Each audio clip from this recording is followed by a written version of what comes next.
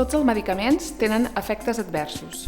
El risc de tenir efectes adversos amb els medicaments és més alt si tens més de 65 anys, pateixes diferents malalties cròniques, prens més de 5 medicaments, et visiten diferents especialistes. Saps que evitar els riscos que té la medicació també depèn de nosaltres?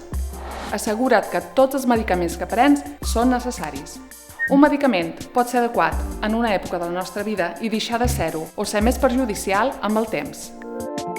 Si hem de començar a prendre diferents medicaments al mateix temps, és recomanable començar per un i després l'altre.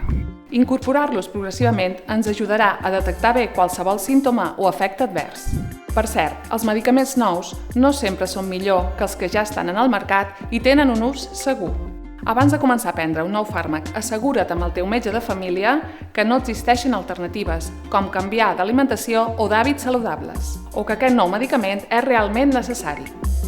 Recorda, medicaments els justos i necessaris és Medsalut.